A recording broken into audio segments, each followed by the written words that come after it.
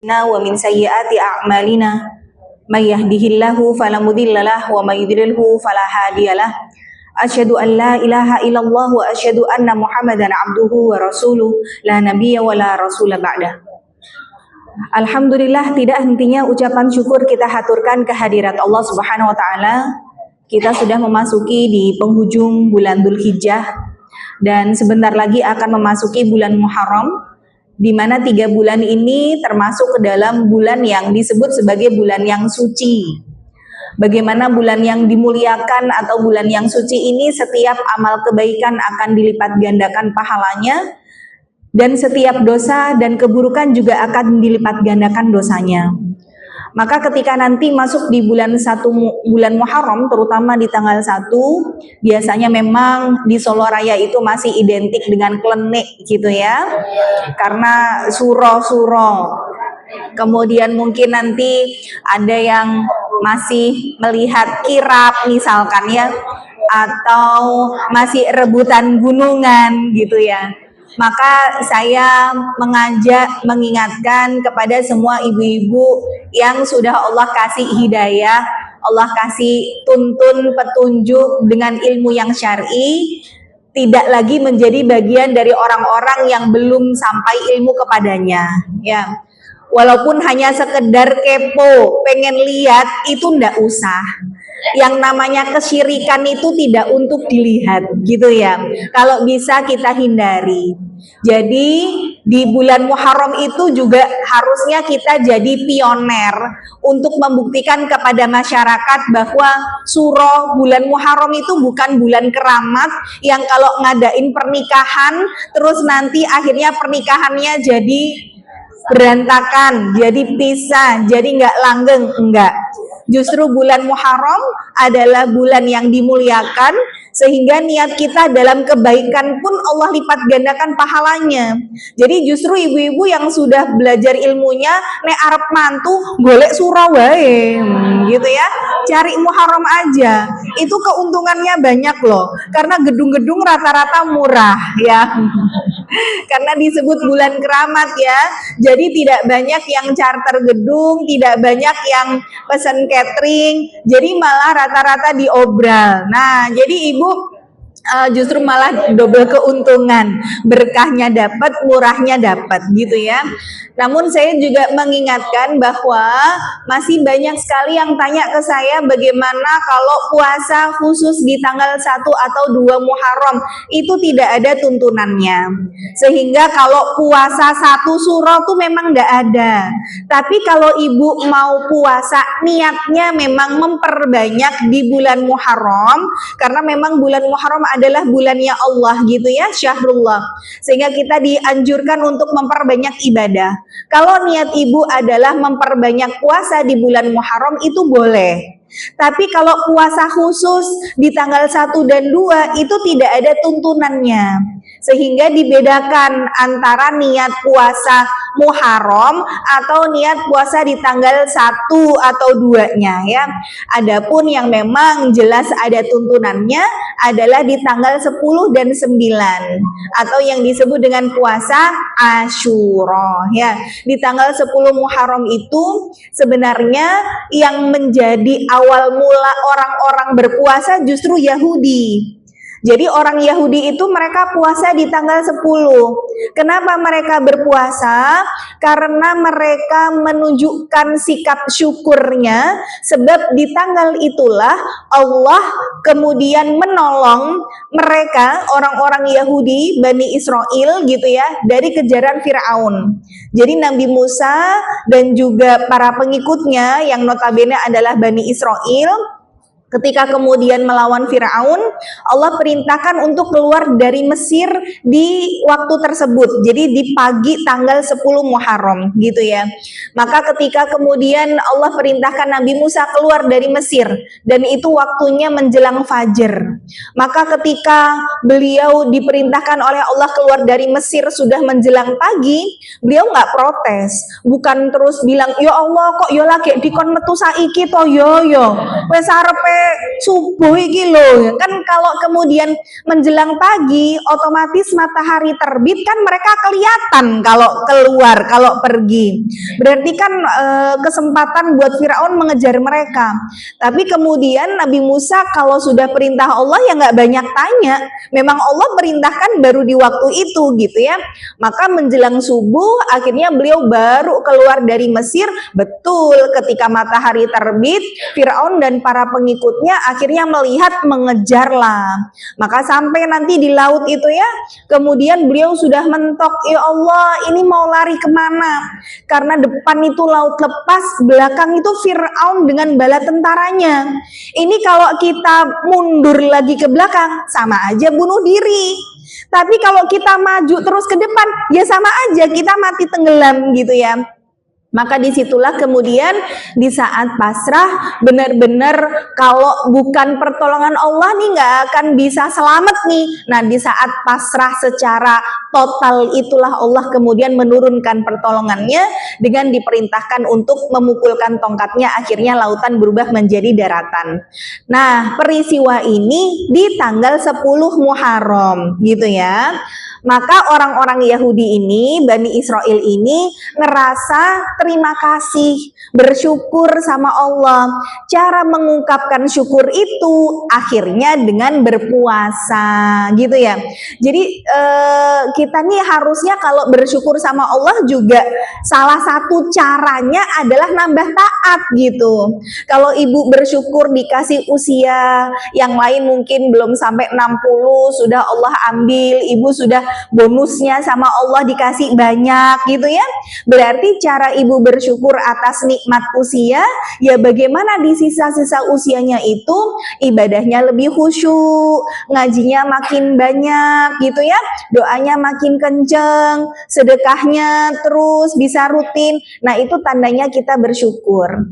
Maka ketika orang Yahudi aja tahu bagaimana cara bersyukur atas nikmat itu, lantas kemudian para sahabat Rasul ini bertanya kepada Rasul, ya Rasulullah, orang Yahudi itu di tanggal 10 Muharram mereka puasa disebabkan syukur mereka atas kemenangan yang Allah berikan dalam menyelamatkan Nabi Musa dari kejaran Firaun.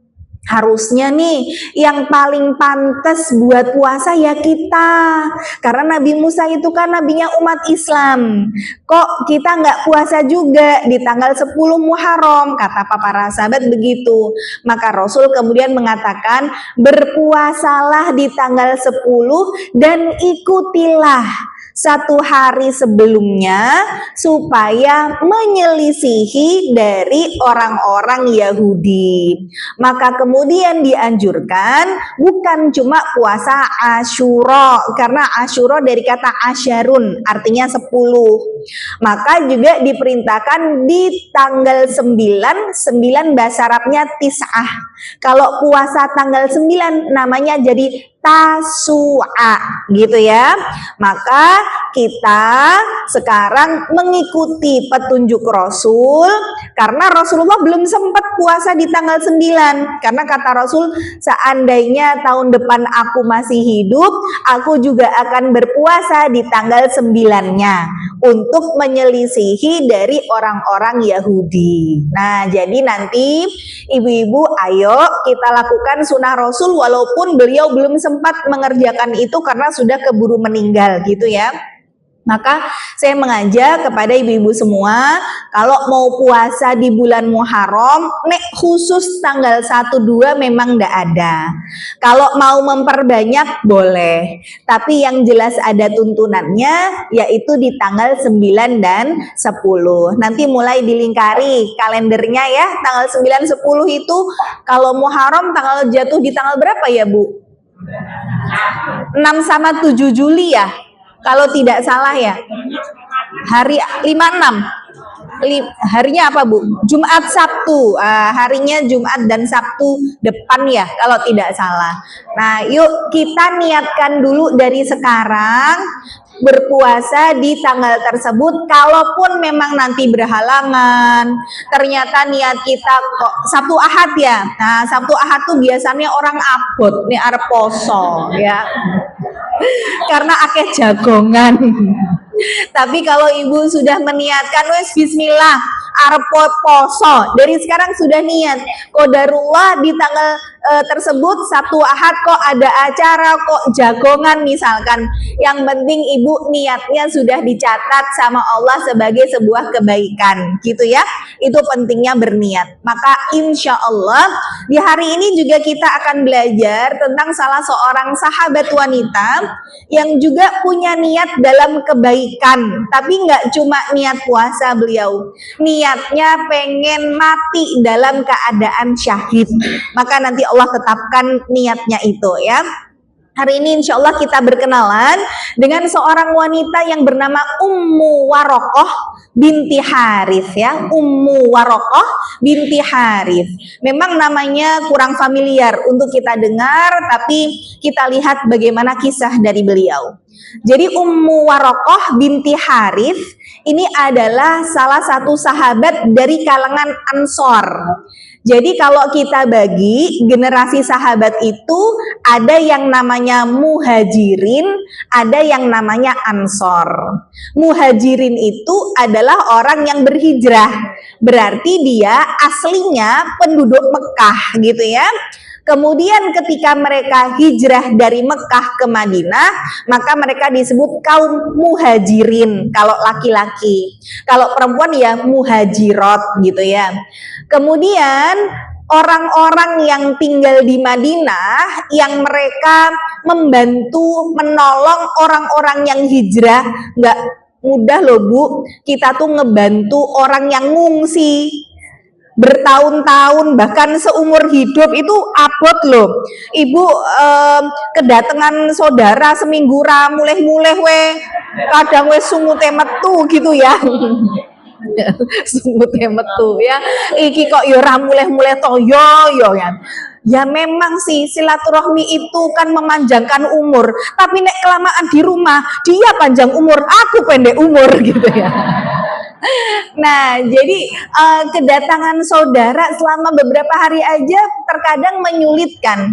Ini bukan saudara, bukan orang yang dikenal, tapi atas dasar iman dan Islam itu lebih kental daripada ikatan darah. Itulah orang muhajirin dan ansor. Makanya orang-orang ansor itu disebut penolong gitu ya. Mereka orang-orang Madinah yang ketika orang dari Mekah datang dengan keluasan dan kelapangan hatinya, bahkan mereka katakan ya, bukan cuma mereka berbagi rumah, bukan cuma berbagi pekerjaan, bahkan di antara orang-orang Ansor itu mengatakan kepada kaum muhajirin, coba kau lihat, engkau di Mekah meninggalkan istrimu, meninggalkan keluargamu, meninggalkan pekerjaanmu, kamu butuh istri, kamu lihat, aku punya 4 orang istri, lihat mana di antara keempat istriku itu yang menarik hati bagimu, aku ceraikan dan aku nikahkan dengan engkau. Masya Allah, itu orang-orang Ansor Bu. Bagaimana mereka ithar gitu ya. Jadi ithar itu apa toh? Ithar itu lebih mementingkan orang lain dari dirinya sendiri. Ini puncak tertinggi dalam keimanan itu ithar gitu ya. Tapi ithar itu kalau dalam ibadah hukumnya makruh. Jadi kalau sudah urusannya ibadah, kita meraih pahala, mementingkan orang lain daripada diri kita, itu enggak boleh Bu. Misalkan nih dibuka donasi 5 jutaan untuk 3 orang, wes lah kue wae aku rasa, misalkan gitu ya, itu antara nggak mau isar atau pelit sih gitu ya. Jadi kalau misalkan untuk urusannya ibadah, kita nggak boleh mementingkan orang lain, kue wae lah aku tak rasa, itu nggak boleh ya. Kita punya kesempatan untuk bisa meraih amal ibadah itu kita yang dapat. Misalkan nih, kayak kita berada di sebuah tempat yang memang airnya cuma sedikit buat wudhu, cuma tinggal tersisa 1 gayung misalkan, maka pilihannya ini cuma bisa untuk wudhu 1 orang. Kemudian kita yang nemuin air itu terus kita bilang, wes lah airnya buat kamu aja wudhu, aku tak tayamum. Nah itu enggak boleh. ya, karena itu dalam urusan ibadah gitu ya. Lagi misalkan ibu ke masjid, kemudian di situ cuma ada satu mukena, kemudian ketika ibu sholat ya memang harus pakai mukena karena mungkin pakaiannya kotor dan lain sebagainya ya. Wah kok rukue kursi ya, yowes kwese wae sing sholat aku tak carry, nggak boleh. Jadi siapa maksudnya kita bisa duluan bisa sholat awal gitu ya, bisa sholat menutup aurat daripada teman kita, ya kita yang harus dapat kesempatan itu gitu ya. Itu namanya itsar dalam hal ibadah. Tapi kalau dalam urusan dunia kita diperintahkan untuk itsar dan itulah level tertinggi dari sebuah keimanan. Maka orang-orang Ansor itu begitu Bu, Masya Allah. Makanya kalau misalkan ibu haji atau umroh gitu ya, kemudian ke Mekah, ke Madinah, itu masih berasa kok sampai sekarang. Bagaimana sikap dan sifat mereka gitu ya. Saya sendiri cenderung lebih nyaman ketika di Madinah. Beda gitu rasanya, penduduk-penduduknya pun sampai sekarang masih terlihat asar atau bekasnya. Lebih humble, lebih ramah, lebih mereka bisa menyapa kita, lebih apa ya, Masya Allah lah penduduk Madinah. Kalau Mekah tuh rata-rata lebih keras gitu ya, galak, terus wes ngono kae lah Bu. Nah itu ternyata memang dari zaman Rasul itu sudah karakternya memang seperti itu ya, penduduk Mekah dan Madinah. Nah jadi Bu sudah paham ya, jadi kalau saya sebutkan Ansor berarti dia orang Madinah, kalau Muhajirin berarti orang Mekah. Kalau kemudian orang Madinahnya perempuan berarti namanya adalah Al-Ansoriyah. Nah jadi biasanya kalau nanti dalam sirah kita dapati di belakangnya ada Al-Ansoriyah, oh berarti dia orang Madinah perempuan gitu ya. Maka Ummu Warokoh binti Harith ini adalah dari golongan Ansor ya, atau Al-Ansoriyah. Jadi beliau adalah orang Madinah. Maka ketika kemudian Rasulullah memang berhijrah dari Mekah ke Madinah, jadi di dalam kitab Injil dan Taurat sendiri juga sudah di-spill kalau bahasa sekarang, dikasih bocoran. Kalau nanti Nabi terakhir itu muncul dari arah Gurun Faron. Nah, Gurun Faron itu dari arah Mekah. Maka berbondong-bondonglah orang Yahudi akhirnya pindah ke Madinah yang memang mereka pengen melihat dan bertemu dengan Nabi terakhir yang ada di kitab mereka itu.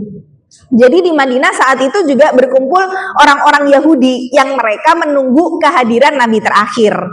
Maka orang-orang Madinah yang memang saat itu sudah dapat kabar bahwa Rasulullah sudah mulai berhijrah dari Mekah dan Madinah, yang mereka lakukan adalah mereka ini mesti di pagi hari gitu ya, pagi-pagi buta itu mereka sudah nunggu di perbatasan antara Mekah Madinah di padang pasir gitu ya.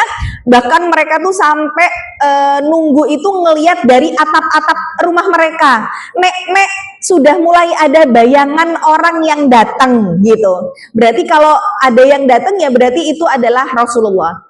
Dan begitu juga orang-orang Yahudi juga seperti itu. Nah sampai akhirnya nanti kalau kita pernah kisahkan ya di Yahudi, termasuk yang kemudian akhirnya kecelek itu kan bapaknya Sofiyah binti Huyai. Karena Huyai binti Harb itu adalah salah satu dari pentolan suku Yahudi yang juga menunggu kedatangan Nabi terakhir. Bahkan dia dengan keluarganya itu kan juga nunggu di Madinah gitu ya. Ternyata begitu, wah itu ada fata morgana, itu ada bayangan, itu kayaknya Nabi terakhir yang akan datang, yang kita tunggu-tunggu selama ini.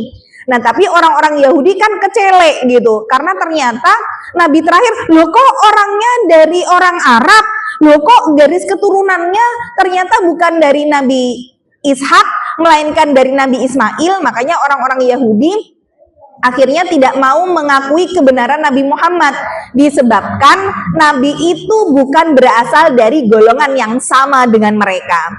Tapi orang-orang Arab, maksudnya orang-orang di Madinah, ya mereka memang sudah menerima keislaman, karena kita pernah kisahkan juga ya awal mula ketika Islam masuk ke Madinah itu salah satu wasilah atau petunjuknya, sarananya adalah dari sahabat Mus'ab bin Umair. Jadi Mus'ab bin Umair ini yang kemudian Rasulullah utus untuk berdakwah di Madinah, bahkan hampir seluruh kota Madinah itu masuk Islam di tangannya Mus'ab bin Umair. Jadi ketika Rasulullah datang, memang kondisi Madinah itu sudah mereka mendapatkan hidayah, sehingga memang menyambut Rasul itu dengan sukacita. Maka ketika Rasul benar datang gitu ya, mereka menyambut akhirnya dengan nyanyi-nyanyian ya, Tola al-badru alaina, itu salah satu perwujudan sukacita mereka. Maka tidak terlepaslah dari seorang wanita yang bernama Ummu Warokoh yang saat itu langsung menyambut gembira kedatangan Rasulullah. Nah, Ummu Warokoh ini termasuk generasi Sahabiyah yang masuk Islam generasi awal, dan beliau memiliki keistimewaan setiap ayat yang turun kepada Rasul beliau langsung hafal. Bahkan juga beliau ini sebagai seorang qori gitu ya. Jadi di antara para wanita yang bacaannya bagus gitu ya, dan juga sama Rasul nanti dipilih untuk menjadi imam wanita di kalangan para sahabiyah. Nah, jadi Ummu Warokoh itu Bu, rumahnya dijadikan musola untuk para wanita dan beliau yang menjadi imam di situ. Bahkan Rasulullah sendiri itu sampai memerintahkan seorang muadzin khusus untuk adzan di rumah beliau. Nah, dari sini kita belajar ya bahwa pertama, perempuan kalau menjadi imam bagi perempuan lain itu boleh, asal memang di situ terpisah dari laki-laki ya. Kemudian nanti kalau dalam mengatur softnya tentu bukan perempuan di depan, melainkan sejajar, sebaris gitu ya. Ini masih banyak ibu-ibu yang kalau imamnya perempuan juga tetap di depan, itu salah. Jadi imamnya sejajar. Nanti kalau kemudian imamnya makmumnya hanya satu orang, maka makmumnya ada di sebelah kanan imam. Kemudian ada makmum lagi di sebelah kiri, kanan kiri, kanan kiri, sehingga soft itu nanti membentuk keseimbangan. Jadi kalau misalkan posisinya orangnya nggak sama antara kanan dan kiri, itu banyakin di sebelah kanannya daripada kirinya. Kemudian nanti untuk mengatur soft kedua, bukan dari pojok, karena biasanya ibu-ibu kalau sudah PW, posisi UE nak gitu ya.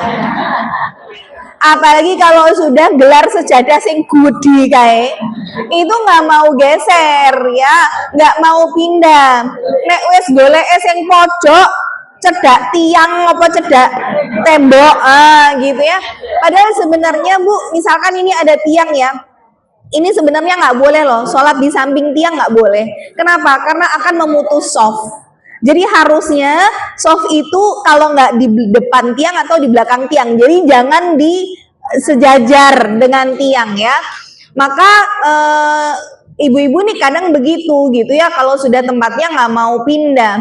Maka ketika mengatur soft yang kedua itu bukan dimulai dari pojok, melainkan dari tengah di mana posisi imam berdiri.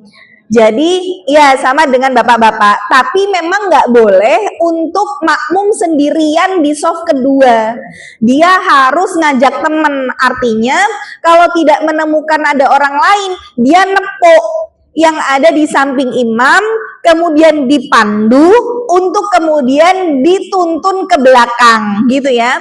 Ibu juga harus mudeng, nek ditepuk ojo mengo. Nanti begitu ditepuk apa Bu, ayo batal sholatnya ya. Makanya kan harus belajar dulu fikihnya ya.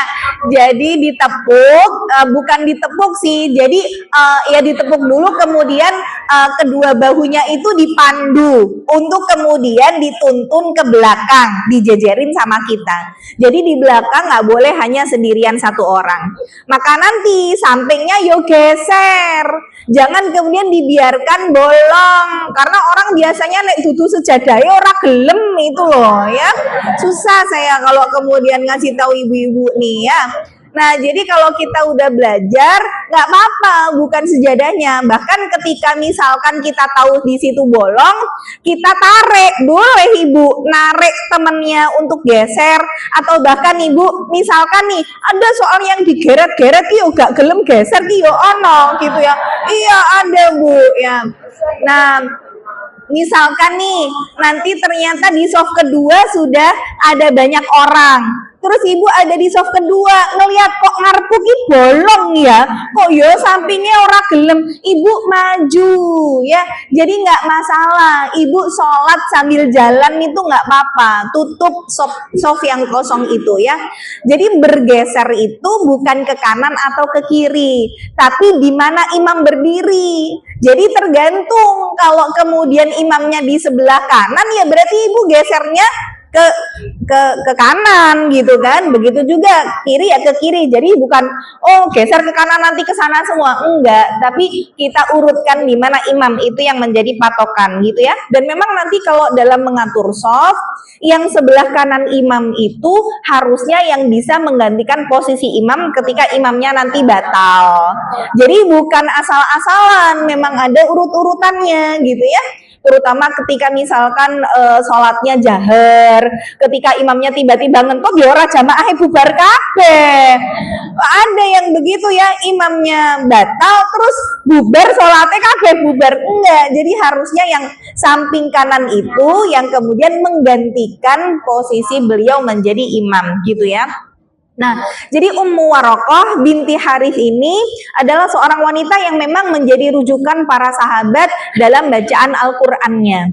Maka beliau ini karena saking semangatnya gitu ya dalam mempelajari Islam, bahkan memang menjadikan rumahnya sebagai masjid. Nah, di sini kita belajar bahwa di zaman Rasulullah yang namanya masjid itu memang tidak tercampur antara laki-laki dan perempuan.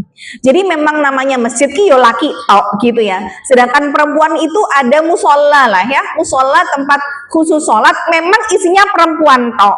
Jadi kalau kemudian Rasulullah memang bersabda bahwa sebaik-baik sholat kalian adalah di rumah kalian gitu ya, sehingga sholatnya wanita di rumah lebih afdol daripada sholatnya di masjid.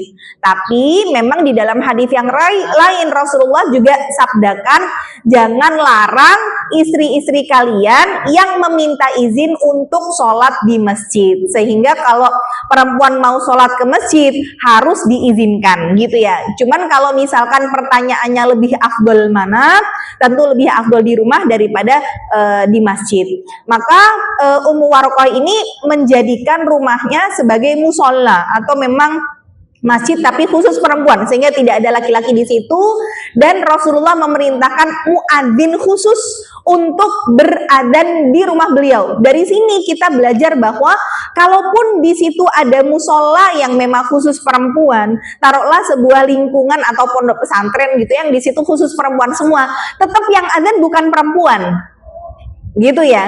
Jadi ini beberapa mungkin saya juga temui wong wedok adzan. Nah, ini sebenarnya ya tidak pas gitu ya, walaupun dalihnya di sini kan perempuan semua, enggak, karena pada zaman Rasul walaupun rumah tersebut dijadikan musola dan isinya perempuan semua, buktinya Rasul juga memerintahkan muadzin laki-laki untuk ada di situ, bukan ya wes ikan panggon musola kue adano dewe, enggak begitu ya. Jadi tetap ada aturannya. Maka Ummu Warokoh ini beliau juga menjadi rujukan para sahabat yang saat itu belajar Al-Quran. Jadi kayak dari segi tajwidnya, dari segi tahsinnya itu merujuk kepada Ummu Warokoh. Nah, Ummu Warokoh ini punya keinginan yang sangat besar untuk bisa mati syahid dalam peperangan. Bahkan di saat perang Badar beliau sampai minta sama Rasulullah, ya Rasulullah, aku pengen mati syahid di jalanmu, boleh nggak aku ikut berperang tapi aku di bagian merawat orang-orang sakit. Jadi nanti misalkan ada mujahid yang terluka gitu ya, tapi beliau memang niatnya jadi perawat di medan perang itu memang pengen mati terbunuh gitu ya. Dan setiap saat beliau baca Quran itu emang di ayat-ayat yang tentang syahid itu beliau nangis gitu, saking kerinduannya pengen mati syahid. Sampai akhirnya Rasulullah kemudian mengatakan kepada Ummu Warokoh, wahai Ummu Warokoh, tidak usah ikut berperang, karena nanti engkau akan menemui syahid di atas ranjang di dalam rumahmu. Nah, jadi Rasul itu sudah ngasih kabar bahwa engkau pengen mati syahid, engkau juga akan mati syahid, tapi bukan di peperangan, melainkan di dalam rumahmu sendiri. Kamu akan menemui kesyahidan itu. Maka sejak saat itulah beliau terkenal dengan sebutan Asy-Syahidah. Jadi seorang wanita yang mati syahid padahal beliaunya masih hidup. Nah, ini gelar untuk Ummu Warokoh gitu ya. Jadi sampai Rasulullah kemudian ketika berbicara kepada para sahabat, mari kita berkunjung ke rumah seorang syahidah, sebagai seorang wanita yang mati syahid, padahal beliaunya masih hidup gitu ya. Maka Ummu Warokoh pun terus gitu ya, terus beribadah, terus menjadi rujukan para sahabat untuk membaca Al-Quran. Tapi beliau ini mempertanyakan, ya Allah, kapan janji Rasul itu akan tiba gitu. Katanya aku akan menemui syahid itu di atas ranjangku gitu. Tapi kok enggak sampai kematian itu. Sampai akhirnya Rasulullah meninggal dunia. Nah, jadi Rasul meninggal itu beliau masih hidup gitu ya. Bahkan memang kematian Rasulullah itu menjadi pukulan yang sangat dahsyat bagi para sahabat. Jadi ketika Rasulullah meninggal, orang-orang itu sampai ada yang linglung, ada yang sampai ngomong nggak karuan karena saking ngerasa kayak Rasul kok meninggal gitu ya, kayak ngerasa nggak percaya gitu. Ini kan utusannya Allah, kenapa nggak kekal gitu. Bahkan Umar bin Khattab aja yang beliau seorang kali bersahabat gitu ya, itu beliau ketika Rasulullah dikabarkan meninggal bawa pedangnya sambil berjalan di sekitar Madinah sambil mengatakan, siapa yang mengatakan Rasulullah telah meninggal maka akan aku tebas lehernya. Itu sampai kayak gitu. Jadi sampai beliau sendiri juga nggak ada percaya kalau Rasul meninggal. Nah, memang yang menyadarkan Umar itu akhirnya Abu Bakar As-Siddiq. Dan Abu Bakar itu memang taunya Rasulullah meninggal itu belakangan, Bu. Kenapa kok taunya belakangan? Jadi Rasulullah itu sakit 3 hari, dari mulai hari Jumat, Sabtu, Ahad gitu ya. Maka ketika Rasulullah sakit, Rasul itu bilang sama Aisyah untuk Abu Bakar sebagai ayahnya menggantikan posisi beliau untuk menjadi imam. Aisyah sampai bilang gini, ya Rasulullah, jangan ayahku yang jadi imam. Ayahku itu laki-laki yang cengeng. Beliau itu kalau jadi imam, urung rampung ayate, wes nangese gitu. Abu Bakar tuh lembut banget hatinya. Jadi baru baca satu ayat, gitu ya. Terus begitu akhirnya sholatnya jadi lama karena beliau secengeng itu gitu ya. Tapi Rasulullah kemudian tetap mengatakan bahwa Abu Bakarlah yang menggantikan beliau menjadi imam. Makanya karena dasar ini nanti akhirnya kaum muslimin sepakat untuk menjadikan Abu Bakar sebagai khalifah pengganti Rasul. Kenapa? Karena Rasul menunjuk Abu Bakar menjadi imam pengganti beliau. Berarti Rasul melihat bahwa di antara semua sahabat yang paling afdol itu ya Abu Bakar gitu ya. Maka ketika Rasul sakit dari Jumat, Sabtu, Ahad, itu kerinduan yang ada di dalam hati sahabat nggak melihat Rasul di masjid itu bener-bener nggak bisa terbendung. Maka ketika di hari Senin pagi subuh gitu ya, Rasul sudah mulai agak enakan badannya walaupun jalannya masih tertati-tati. Kemudian beliau datang tuh sholat subuh untuk berjamaah dengan para sahabat. Tapi posisi Abu Bakar sudah melaksanakan sholat. Maka sahabat itu yang saat itu melihat Rasul, hampir-hampir mereka itu membatalkan sholatnya saking sumenengnya. Karena 3 hari nggak ngelihat Rasul gitu ya. Kok tiba-tiba datang, wah mereka udah hampir membatalkan sholatnya. Bahkan Abu Bakar yang saat itu tahu kedatangan Rasul itu sudah mundur. Jadi mempersilahkan Rasul untuk jadi imam. Itu masih di sholat ya. Jadi ketika Abu Bakar mundur, sama Rasul ditahan dari belakang, didorong lagi maju ke depan. Akhirnya menjadi imam, mundur lagi ke belakang sampai nanti 3 kali berturut-turut dan ditahan sama Rasulullah. Akhirnya Abu Bakarlah yang mengimami Rasul saat itu. Maka setelah sholat subuh, Abu Bakar ini bilang sama Rasul, ya Rasulullah, karena engkau sudah sehat gitu ya, dan aku sudah menggantikan engkau menjadi imam selama 3 hari, aku izin untuk keluar dari kota Madinah karena mengunjungi salah satu dari keempat istrinya yang memang saat itu tinggal di luar kota Madinah. Tapi karena Abu Bakar ini menggantikan Rasul jadi imam, jadi selama beberapa hari kan nggak bisa mendatangi istrinya itu. Jadi beliau bilang, saya izin untuk keluar kota Madinah menemui salah satu istriku. Akhirnya diizinkanlah sama Rasul. Makanya Abu Bakar itu taunya Rasul meninggal belakangan karena posisinya memang lagi di luar kota Madinah gitu ya. Nah, ternyata memang Rasulullah di waktu duha itu sudah semakin berat. Jadi Rasulullah itu meninggal di hari Senin. bukan di hari Jumat gitu ya. Kenapa? Allah pengen ngasih tahu kita bahwa orang kalau meninggal bukan di hari Jumat bukan berarti nggak baik gitu loh. Dan kita juga tidak mengkultuskan oh meninggalnya di hari Jumat mesti apik gitu. Karena bisa jadi orang-orang kafir juga ada yang meninggalnya di hari Jumat gitu ya. Maka di waktu duha itu akhirnya Rasulullah sudah mulai lemes gitu ya. Kemudian nah ini kalau para nabi dan rasul itu memang salah satu keistimewaannya adalah Allah ngasih pilihan apakah mau diwafatkan saat itu atau boleh minta waktu lagi gitu ya. Jadi ditanya dulu. Makanya malaikat maut itu ketika datang ke Rasul izin, ya Rasulullah, bolehkah aku mencabut nyawamu sekarang? Kalau ibu nggak usah ditanya, jawabannya mesti enggak soalnya ya. Jadi mending langsung dicabut aja kalau kayak begitu. Saya kalau tanya ibu mau dicabut enggak gitu ya, bahkan ibu delek nanti ya. Nah jadi kalau Nabi dan Rasul selalu diberikan misalkan mau minta tangguh waktu gitu ya. Saya juga pernah sampaikan pada saat Nabi Ibrahim alaihissalam itu ya akan dicabut nyawanya, beliau juga ditanya dulu sama malaikat maut ketika akan dicabut. Maka Nabi Ibrahim kan nggak mau pertama ya, kamu itu cuma makhluk ciptaannya Allah, sedangkan aku kekasihnya Allah. Mana ada seorang makhluk kok mau mencabut nyawa kekasihnya gitu. Jadi Nabi Ibrahim nggak mau dicabut nyawanya. Ya malaikat maut ya nurut bu, nggak oh sekarang mau aku kan nyabut saya tak cabut enggak, nurut. Oh iya ya aku tuh makhluk. Nabi Ibrahim tuh kekasih, mosok ya aku sing rendah kastane arep nyabut nyawanya kekasihnya gitu ya. Akhirnya kan datang ke Allah, ya Allah, kata Nabi Ibrahim, aku hanyalah makhluk, masa aku mau mencabut nyawa kekasihnya? Kemudian Allah bilang, kalau begitu sampaikan kepada Ibrahim, apakah ada seorang kekasih yang tidak mau bertemu dengan kekasihnya? Nah, gitu ya. Akhirnya malaikat maut, oh aku udah punya jawaban gitu ya.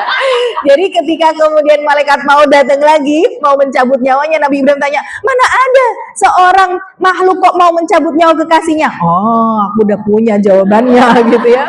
Kemudian dikatakan, katanya engkau adalah kekasihnya Allah, mana ada seorang kekasih yang tidak mau bertemu dengan kekasihnya, kan gitu. Kalau kamu ketemu dengan kekasihmu ya itu Allah, ya berarti kan harus lewatnya kematian gitu ya. Akhirnya baiklah cabut nyawaku sekarang. Nah itu ya Nabi Ibrahim kemudian dicabut. Begitu juga Rasulullah. Jadi Rasulullah itu diberikan pilihan sama Allah. Mana yang kau pilih wahai Rasul?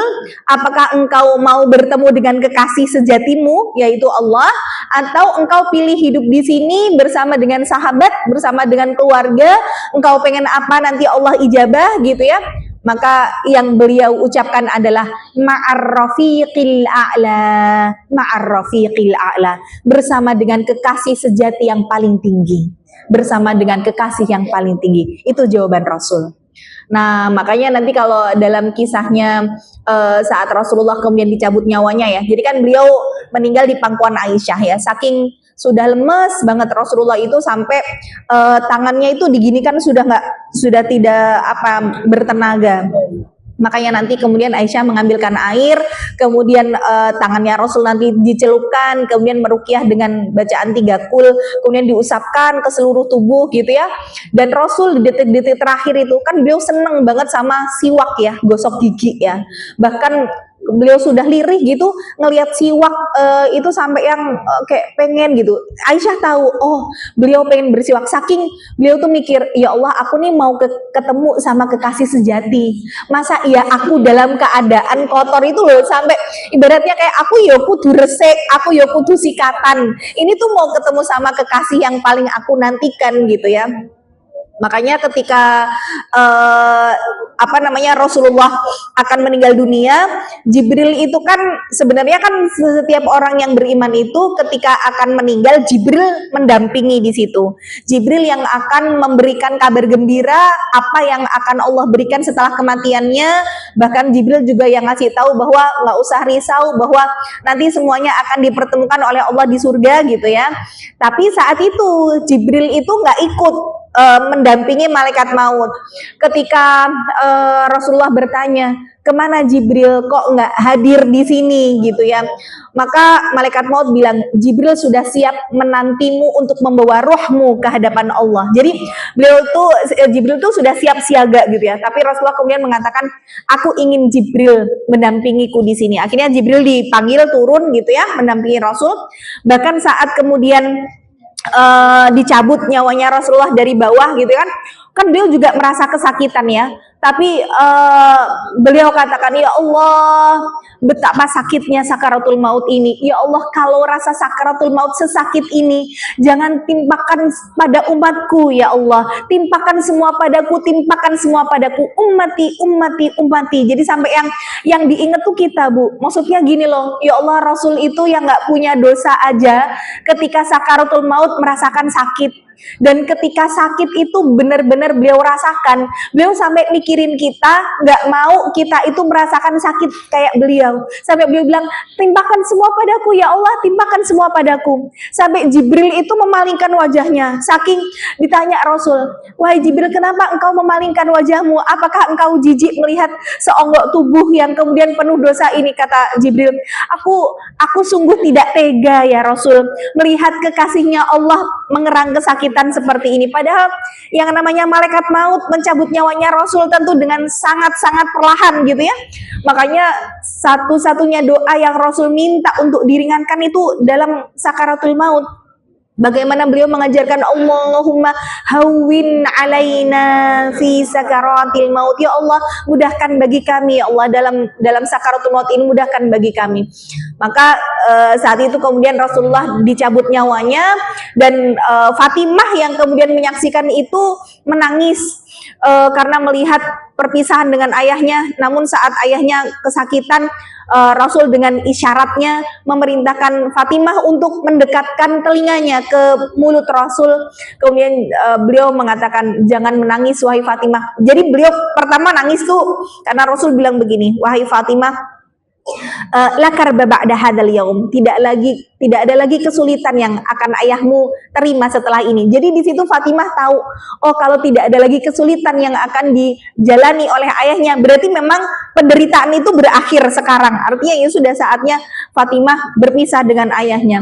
Akhirnya Fatimah menangis. Kemudian Rasul isyarat lagi yang kedua, dekatkan lagi telinganya ke mulut Rasul, dan itu yang membuat Fatimah tersenyum karena kata Rasul, karena nanti dari semua keluargaku yang paling pertama menyusulku adalah dirimu. Jadi disitulah Fatimah akhirnya tersenyum karena perpisahan dengan ayahnya tidak lama. Dan memang setelah itu 6 bulan setelah sepeninggal Rasul, Fatimah pun menyusul gitu ya. Jadi umur Fatimah ketika meninggal adalah 29 tahun. Jadi memang dia juga meninggal dalam usia yang sangat muda ya. Maka saat itu kemudian akhirnya Rasulullah meninggal dunia, dan para sahabat seolah-olah merasa kayak nggak mungkin lah Rasulullah itu meninggal, ini kan utusan Allah, ini kan Rasul, masa ia meninggal. Bahkan Umar bin Khattab juga demikian. Sampai akhirnya Abu Bakar datang menyadarkan Umar dengan mengatakan, wahai Umar, Muhammad adalah Rasulullah. Wala immata au qutila qalabtum ila aqabikum. Apakah ketika Rasul meninggal dunia, baik itu karena meninggal ataupun terbunuh, kamu akan kembali kepada kekufuranmu? Jadi ingat bahwa kalau kamu itu menyembah Rasulullah itu manusia biasa, dan namanya manusia biasa juga akan meninggal dunia. Tapi kalau engkau menyembah Allah, Allah adalah satu-satunya zat yang maha hidup dan tidak akan pernah mati.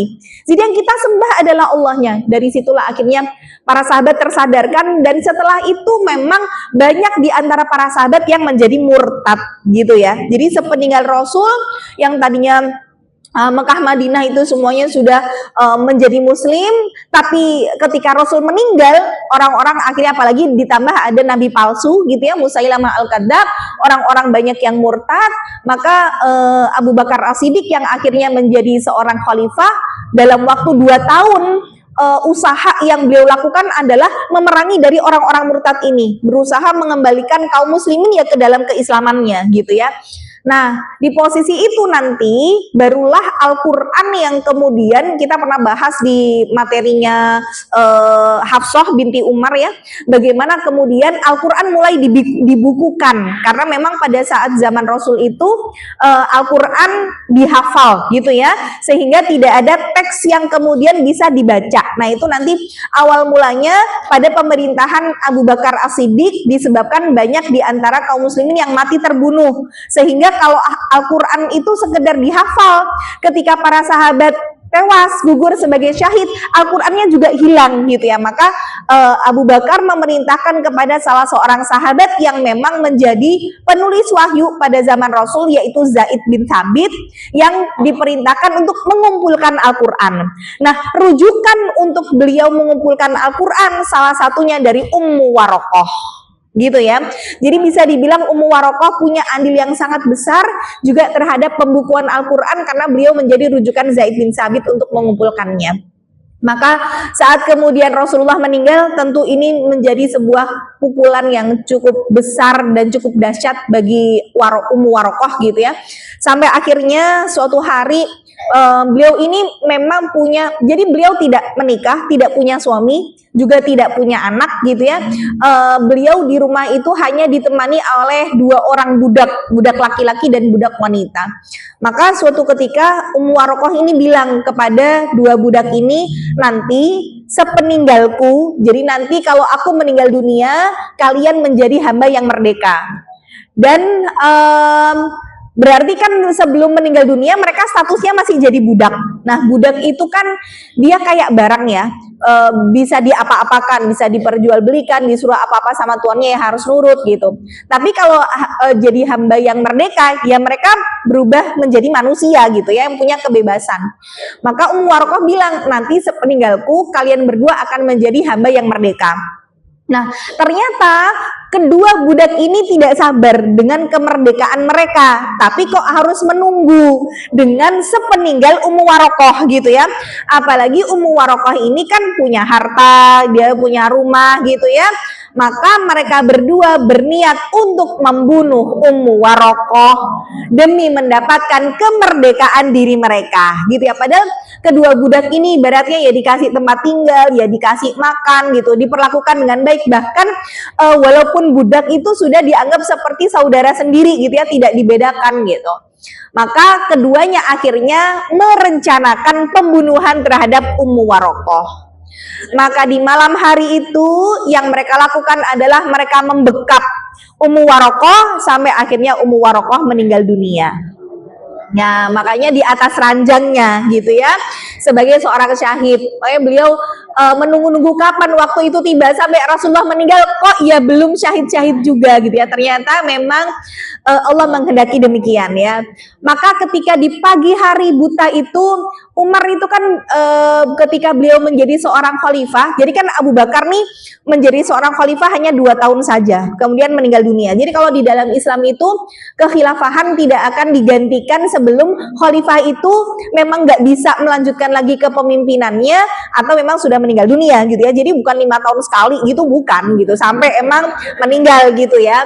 Nah, jadi Abu Bakar memang tidak lama memimpin sampai akhirnya digantikan oleh Umar bin Khattab. Nah, Umar bin Khattab itu walaupun kereng gitu ya, kita ngelihat itu kan bagaimana sosoknya adalah seorang yang tegas, tapi Masya Allah Bu, walaupun beliau tegas seperti itu, ternyata dalam sirah itu disebutkan di matanya, jadi mulai dari bawah pelipis ini sampai ke pipi itu ada garis hitam yang jelarit gitu.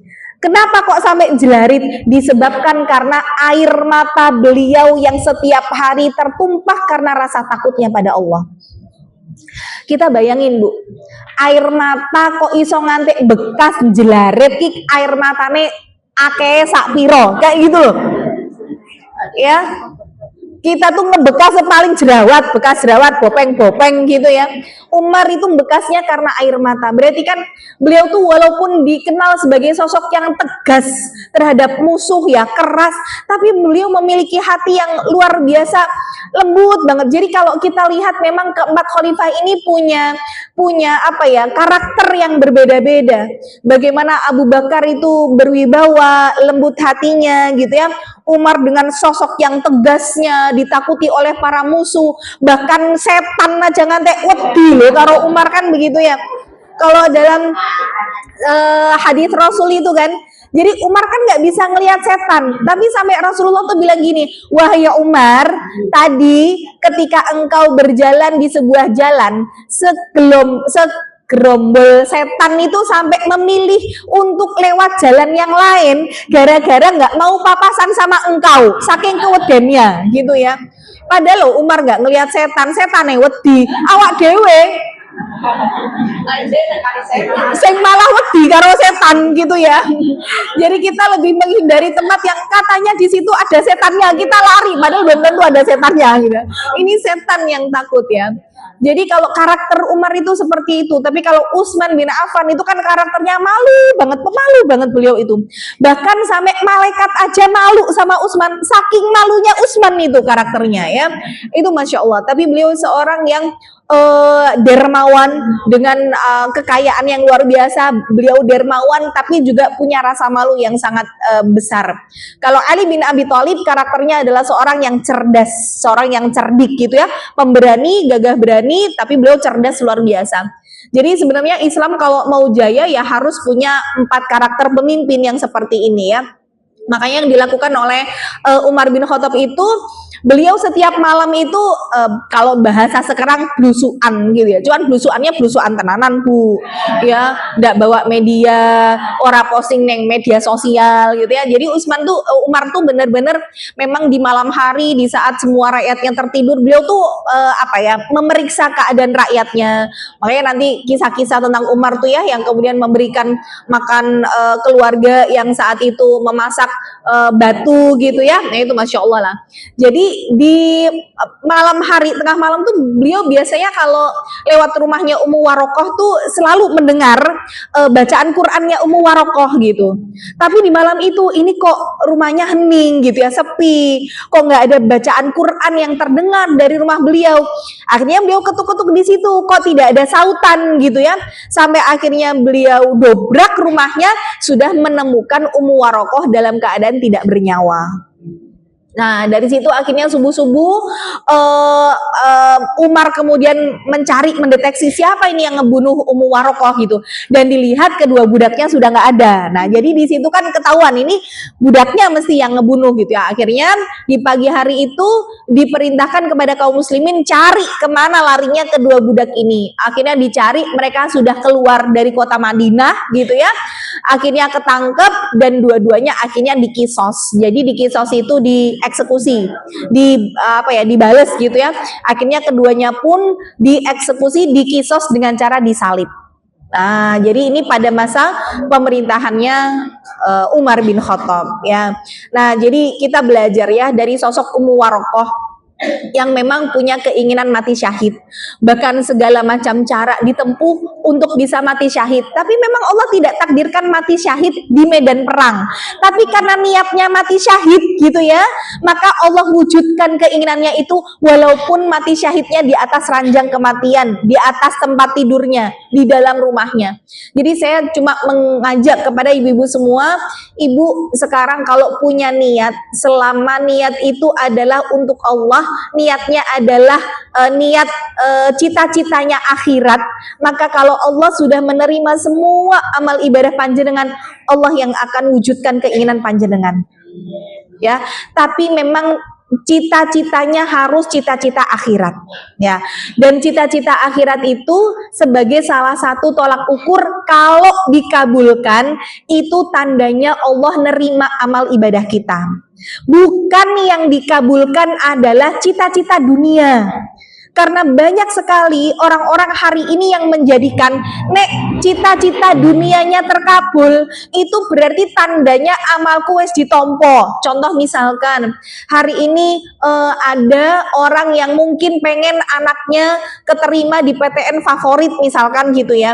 Akhirnya dia menggadaikan amal ibadahnya biar dunia yang diinginkan tadi dikabulkan. Misalkan ketika anaknya mau tes, ibu ngantek dino iki poso lho le, gen kowe ki engko nek garap soal iso dilancarke karo Gusti Allah. Misalkan ya, misalkan ibu nih puasa khusus supaya Allah memudahkan anak panjenengan misalkan. Lah kok ternyata qadarullah anaknya lolos, maka itu bukan hasil dari puasa jenengan yang ditompo karo Gusti Allah. Itu banyak orang yang merasa, oh berarti ndek ini posoku ki yo ditompo yo, lho saiki anakku buktine yo iso misalkan. Itu bukan jadi tolak ukur. Jadi jangan sampai kita menggadaikan amal ibadah kita untuk dunia. Kalau bahasa sekarang adalah nirakati gitu ya. Wes tak tirakati gitu ya. Ada yang nirakatin anaknya mungkin puasa selama berapa hari, kemudian 40 hari tanpa putus dan lain sebagainya. Tirakat-tirakat itu saya cuma pengen sampaikan ibu, eman-eman kalau ibadah yang hari ini kita lakukan niatnya kok gur kepengen donyo, maka kalau itu ibu dapatkan, jangan bangga, jangan ngerasa bahwa alhamdulillah goro-goro aku poso 40 dino saiki tenanan gitu ya. Ternyata apa yang diinginkan diijabah, itu bukan tolak ukur Allah menerima amal ibadah kita ibu. Karena amal ibadah kita itu diterima sama Allah kalau yang dijadikan sebagai dikabulkan doa adalah cita-cita akhirat. Maka ibu harus punya cita-cita akhirat yang besar, yang tinggi. Meskipun orang lain bilang mustahil gitu ya, ibu boleh kok bu cita-citanya, ya Allah pengen nanti kalau misalkan diizinkan umroh atau haji, aku meninggal di sana. Karena orang yang meninggal di sana bu, di Mekah atau Madinah, itu keistimewaannya langsung dapat syafaat dari Rasul, langsung bu. Apa enggak awak dewe ki kepengen gitu loh. Jadi kalau misalkan ibu menjadikan itu sebagai salah satu cita-cita besar dalam hidup ibu, bu orang bilang yura mungkin mama iso haji meneh wong saiki kowe kudu ngenteni pirang puluh tahun misalkan gitu ya. Arpo umroh misalkan danane yo ora sedeng ini. Kalau Allah sudah menerima semua amal ibadah kita, Allah berkehendak yang mustahil akan menjadi mungkin, bahkan sangat mudah bagi Allah untuk mengabulkan itu. Makanya ibu punya cita-cita akhirat apa, minta sama Allah.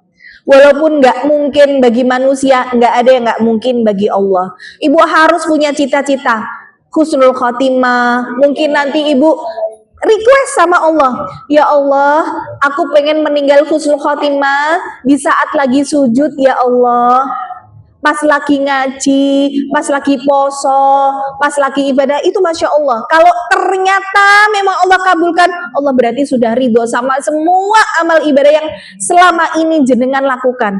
Kita iri betul melihat bagaimana kematian-kematian orang-orang zaman sekarang yang Allah kasih lihat ke kita, kematiannya kok husnul khotimah, Masya Allah. Beberapa waktu yang lalu saat Idul Adha, ada Ustadz Yahya Waloni ya, yang menjadi pembelajaran besar buat kita. Bagaimana beliau seorang pendeta mu'alaf, walaupun sudah 16 tahun ya sekitarnya masuk Islam, tapi awalnya adalah pendeta. Sampai akhirnya diwafatkan oleh Allah dalam keadaan setelah khutbah Jumat, tepat di hari raya Idul Adha. Masya Allah, tentu kematian-kematian ini yang kita irikan. Maka ibu request sama Allah, ya, ibu pengen diwafatkan dalam keadaan apa? Maka yuk kita niatkan dulu untuk kebaikan. Kalaupun nanti ternyata Allah tidak izinkan kita untuk bisa melakukan amal itu, Allah sudah tetapkan pahala untuk kita. Sebagaimana Ummu Warokoh yang punya keinginan besar untuk mati syahid, ternyata Allah pun kabulkan meskipun mati syahidnya berada di dalam rumahnya. Maka ayo semuanya harus punya mimpi besar, mumpung ini menginjak di bulan Muharram, masih di bulan-bulan yang suci, harus diniatkan punya kebaikan yang berlipat ganda. Kalaupun nanti Allah tidak izinkan, tapi Allah sudah memberikan pahala itu untuk kita ya. Maka ini kisah dari Ummu Warokoh sebagai seorang wanita yang sudah memiliki gelar syahid meskipun beliau belum sampai kepada kematiannya, karena perintah Rasul adalah tetaplah tinggal di rumahmu karena Allah Ta'ala yang akan memberikanmu mati syahid di dalam rumahmu ya. Masya Allah, kita belajar keteguhan iman dari beliau. Insya Allah di pertemuan yang akan datang kita masih akan belajar tentang kisah sahabiah-sahabiah yang menggugah hati supaya kita bisa mengambil pelajaran dari perjalanan mereka ya. Barakallahu fikum, semoga bisa menginspirasi. Kurang lebih saya mohon maaf atas segala kesalahan. Wabillahi taufiq wal hidayah. Wassalamualaikum warahmatullahi wabarakatuh.